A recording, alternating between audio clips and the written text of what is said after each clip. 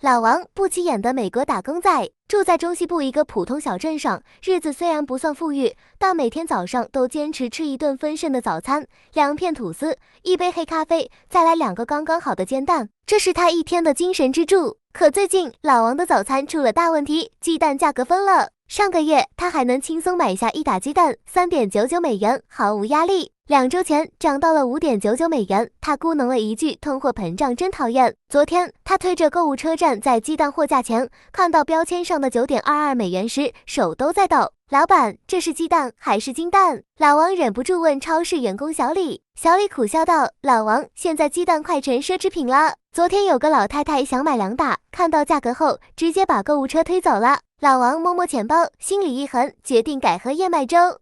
为什么星条旗下的蛋飞上了天？回到家后，老王一边啃着无聊的燕麦，一边琢磨这鸡蛋到底是怎么了。他翻看新闻，发现这次的蛋价风暴是多种原因叠加的结果。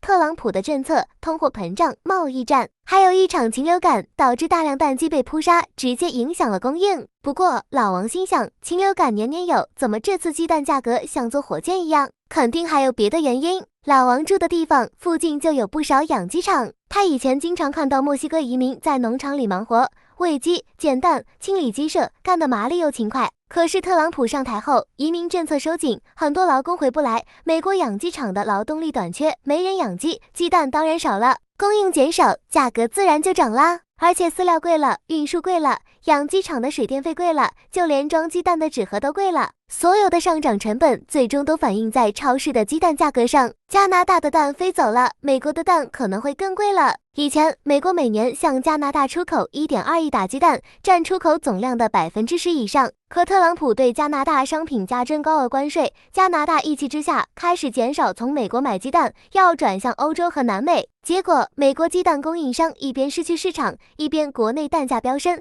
最后倒霉的还是消费者。老王叹了口气，以前是买不起鱼子酱，现在连煎蛋都快吃不起了。加拿大人的早餐也变贵了。老王刷新闻的时候发现，加拿大人的日子也不好过。加拿大的鸡蛋本来就比美国贵，2024年平均4.74加元一打，后来上涨到4.85加元，某些超市的鸡蛋已经突破5加元，比去年贵了超过30%。然而就在这几天，加拿大的鸡蛋价格又涨了。特朗普政府对加拿大的进口商品进一步加征关税，加拿大政府为了报复，提高了对美国农产品的进口关税。结果，美国鸡蛋进入加拿大的成本更高，加拿大不得不减少进口，而本地的鸡蛋供应又跟不上，价格自然飞涨。这场关于鸡蛋的风波，其实折射出一个更大的问题：贸易战没有赢家，普通老百姓才是最大的输家。美国消费者被迫接受高价鸡蛋，加拿大消费者找不到便宜鸡蛋，而养鸡场和商家也因为市场波动而焦头烂额。特朗普本来想让美国再次伟大，结果让老王连鸡蛋都买不起了。在3月4日的国会演讲中，特朗普总统提到了鸡蛋价格上涨的问题。他指责前总统拜登的政策导致鸡蛋价格失控，